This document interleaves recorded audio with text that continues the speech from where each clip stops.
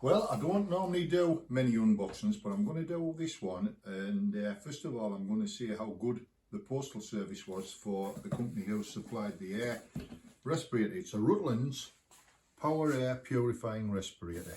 I just ordered it at 2 o'clock yesterday and it arrived at 1:45 today. So we'll open the box, see what's inside. I did order some extra bits and pieces to go with it, such as filters and an extra battery. So let's see what's inside. There we are. As you can see, it's well packaged, and we've got the extra filters, an extra filter, which is important. That's probably the most important thing, is the filters. There's the aluminium filter there. I ordered an extra battery, which is in there. Let's have a look. There we go, extra battery, so I'll get that on charge. And then the helmet itself is here. I'll leave it wrapped up until I take it into the workshop and set it all up. There's a little instruction booklet, and there looks to be a belt or a set of braces or something, I think that is. And then we've got the tube here, which has the actual airflow tester to make sure the filters are clean. So I will put it together, and I'm presuming that the unit itself is in there, so we'll unbox that when I get into the workshop. So very impressed so far with the speed, and this is as light as a feather. I think it's going to be really comfortable, Janet. And of course, the whole reason for getting it is because I've got chronic rhinitis and I need to protect my nose and my lungs. Hello, my name is Andrew Hall. I'm the Weedale wood turner. Now, I've been turning for a lot of years, around about 24-25 years now, and I've actually earned my living from it for over 20 years now. And what I've done, I've demonstrated and I've demonstrated and taught, and I've also done IRDs, interactive remote demonstrations, and what I call interactive rail demonstrations. So the interactive rail demonstrations or presentations of what I tried it once at the Midland Show, and I feel that you need a little bit of everything mixed in to make it interesting if you can. But the biggest problem we've got as wood turners is dealing with dust. And I now have chronic rhinitis, and what I'm going to do is have to wear a dust mask all the time in the workshop. Now, I haven't got a dust mask on at the moment, but I haven't created any dust, and I've actually cleaned the workshop thoroughly before doing this video. And one of the tools that we need for doing videos actually is one of these. It's a puffer to blow the dust off the cameras, and a proper camera cleaning brush that we have here. And I use those before I start every time I do the recording. What I'm going to talk about today is protecting your nose and your lungs. Now, rhinitis is awful. It feels like you've got red hot poker shoved up your nose, and I've been to see a consultant, and it's been diagnosed. I've got a nasal spray, I've got drops, I've got a nasal irrigation system that I can use after I come out the workshop, and it is helping an awful lot. But the main thing to prevent is dust from getting into my nose, because that just aggravates it. So for years and years I've worn a mask, but I haven't always worn a mask when I was turning. I'm going to be totally honest about it. The only time really I wore a mask was when I was sanding. And you think when you're sanding, you know, you're creating an awful lot of dust, but actually you're creating a lot of dust when you're turning. And I've used such as the stealth masks and the ellipse masks and everything like that, but now I want to use a full face shield. I had 4 of these, I'll show you, of these air caps. These are the air caps made by GSP. I've had these for about 12 years now, and I actually bought them in 2010 when I was demonstrating at Alexandra Palace, and they had a stand there and they had an offer on, so I bought 4 for all my students, because I never had any more than 4 students in the workshop. Still working, and if I pop it on, actually I've got my microphone on here, but if I pop it on, you can hear what it sounds like with the microphone. And there we are, pull it down underneath there, pop that onto here. This battery went into my backpack, or into my back pocket I should say, in my smock. So that's an air cap that I've had for a long time. They're quite heavy though. The only problem is they're quite heavy. The newer ones now have the battery in the back here, and that's much better than this one. But again, the batteries don't last very long. This one I actually bought before I got the GSP air caps, and the actual visor itself, it's impact resistant, and this one has a belt going around the back of it. But the only problem with it is the actual battery itself doesn't really last very long now. You're probably lucky if you get a couple of hours out of it. But again, it's a great bit of kit. This goes round me back and that goes on me head. It's actually easier, I think, if I put the helmet on first and then put the pack round me back. So there again, this I was going to use for demonstrating because I thought it would be okay with the microphone on to demonstrate with this as well. But the problem is, if I'm doing Harrogate Show or anything like that, there we are, it's on now so it'll clear. If I'm doing Harrogate Show or anything like that, the battery only lasts 2 to 3 hours maximum. So I thought it's time to invest in a new one.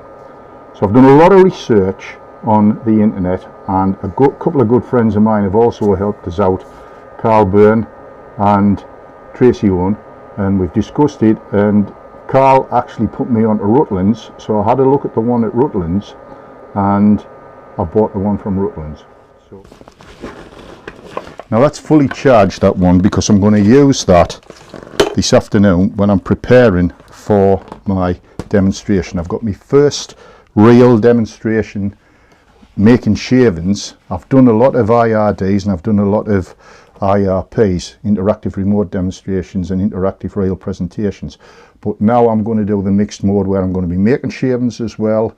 I'm going to be showing a little bit on video and also a discussion Q&A. So really trying to hit every single type of medium that I can of communication whilst demonstrating, but also priority is look after me nose and me lungs. The box now, so you can see there we've got the actual spare filter and the other filters that I bought at the same time. The deal that they had, because it was an introductory offer, if you subscribe to the mailing list for emails, I got an extra 10% off. So I thought, well, I might as well get some spare filters and another filter and a spare battery, and then at least the batteries allegedly are going to work for 6 hours. So if I've got a spare battery, then I'll be fine when I do Harrogate.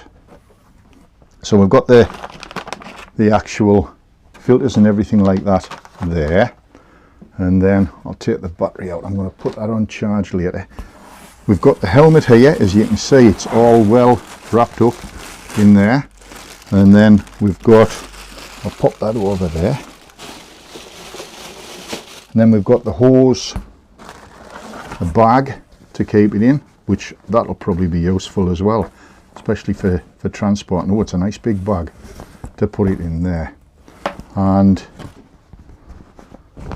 especially as I'm going to be using it mainly on demonstrations, and I'm going to keep using the old ones until they pack in and just keep this for the demonstrations. That must be the charger cable in here, and then we've got the hose and the tester to make sure that the filters are working effectively there. And whoop, box nearly fell off. This I believe is a pair of braces, and the instruction booklet, and then we've got the battery here. In this box here we've got the actual belt itself by the looks of things there. I'll just take that out.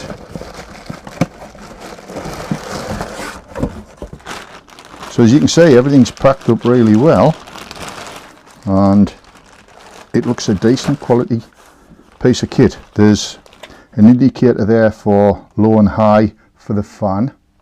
There's also danger. That danger is for if the filters are blocked, and then you've got your battery indicator on there as to how much battery life is in there.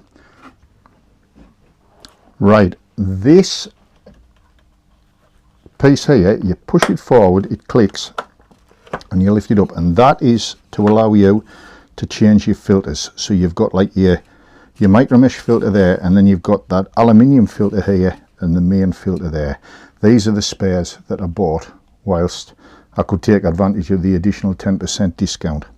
So that goes into there. At first this was a little tricky, but it still is a little trick. There we go, down into there. Make sure that that does click back into there.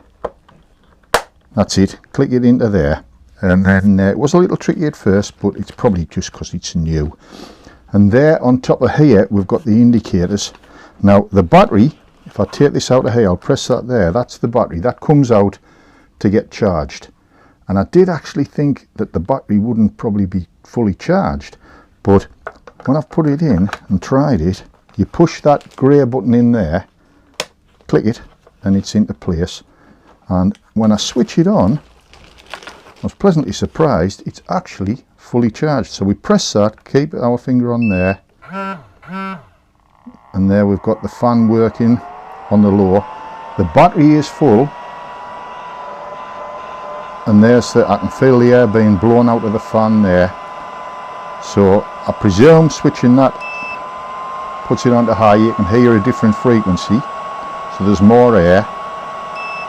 That takes it back to low, and that, your finger on there, switches it off.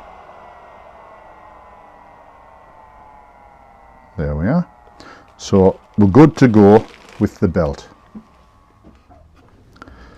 So I'll put the belt to one side, and now I'm going to have a look at the actual helmet itself.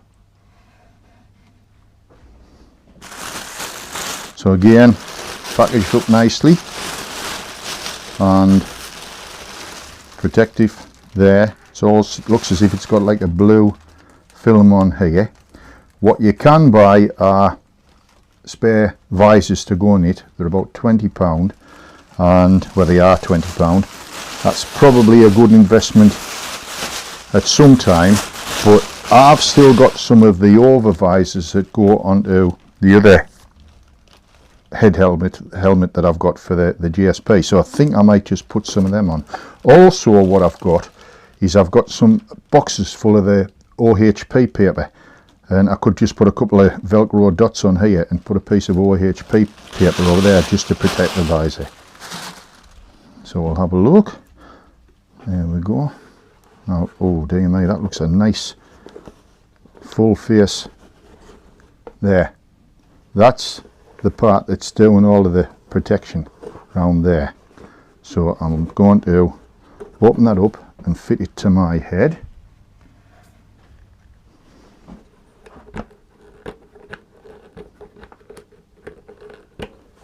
There, we'll see if that fits. Must be closed quite right up. That's it, it's right open there. Looks like a comfortable headband in there. Looks very similar, the construction of the actual helmet itself, to this helmet that I use. Look at the dust on that. And then, I'm not going to wipe it off now because it's just going to create more dust in the air, but that just shows you how much dust is generated from just turning. So I'll just pop that to one to that side. But what I was meaning was it's very, very similar to the Honeywell helmet, which is extremely comfortable as well, because I do wear the Honeywell one. This has a toggle on it. I presume that's open to its widest point there. This will be interesting to see how it fits. There. If I pull that down like that, you can see it's steamed up, but you can lift it up onto there. I think you can lift it up and click it in position, but I'm being careful not to catch the camera, so I'm just holding it there. I'll bring it down, and then you can fasten it into position when it's comfortable there. Bring that around to here, and then bring the toggle up there like that, and hopefully the microphone will still be working okay, although I haven't got it switched on yet. So I've got the hose here and the tester. That screws into there like that. So let me go into the overhead. So see, I don't do many unboxings, but I thought I would do one for this one just for fun. So that screws into there, and it's got a cover on the hose. It's tight. There's also a seal on there as well, and then that will go into the belt. Just pop this to one side.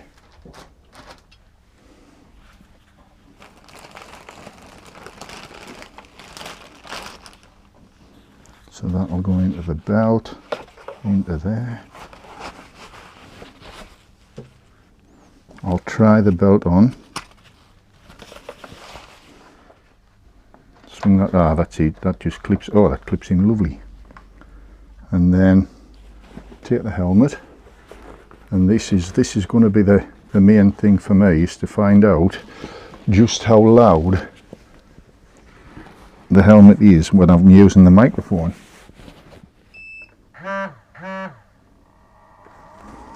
Right, so how quickly it actually, it's clearing now. I still haven't took the actual thing off yet, but there, it's clearing now. We've got it on, round onto my belt, onto my back. It's comfortable, but it's very lightweight, and that's the one thing that I was concerned about, was how heavy was it. But it's not, it's very lightweight, which is ideal. So just having a look there. I think I need to alter the headband a bit there, just tighten it a bit. That's it, that's better. There we are. I'm just going to, I think I'll take that film off now so that I can see properly. Oh yes, that's much better.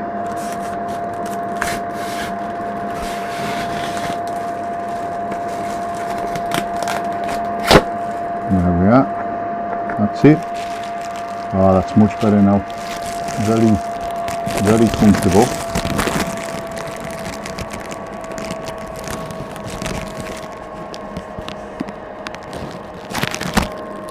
Now it's interesting, let's have a look at the battery. Battery's on high. Let's try that. Oh no, it's the other one, isn't it? That's the loudest it will probably be with the fan, if you need it like that. But actually, the single fan is enough. It's down to single fan, come on there, and that's it off. So, try it once more. Just double checking I did have it on record. That's it, started. I think what I'll do is lift that higher up and tighten it in a bit more, because it needs to be higher up your back, I think.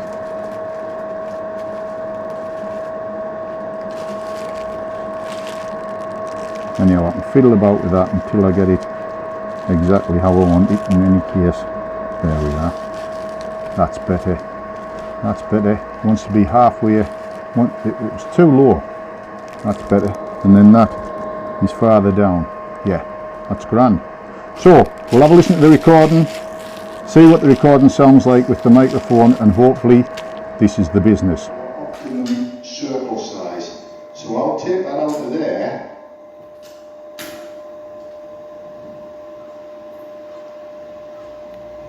Pop that there for the moment, and I'll turn that down, those jaws, and I'll set my myself a set of bore calipers to my optimum circle size. Now, we see anything about bore calipers that we should consider when we first try them? Any ideas? Sorry? Yeah, that's it, Jim. Thank you. Good friend of mine, Tracy Owen, came up with a great suggestion. He says, have a look and see how much dust is in the filter after Sunday's use. So, to open the filter, it's a little bit difficult with one-handed because I'm holding the phone. But there you go, there's the filter there. Let's have a look. Now that filter there, that's as clean as a whistle, that. So, nothing seems to have got through that filter there. But let's have a look on this one. This one, look, just look at that. Look, a little bit of dust there. There. And then the aluminium, I'll just tap that on there. There we go. So there, you can see in here, there's the dust on that surface there. That's what's not going into my nose or my lungs, which is brilliant. So, good idea, Tracy.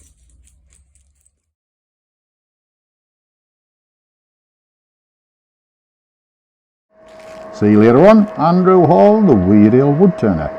Bye for now.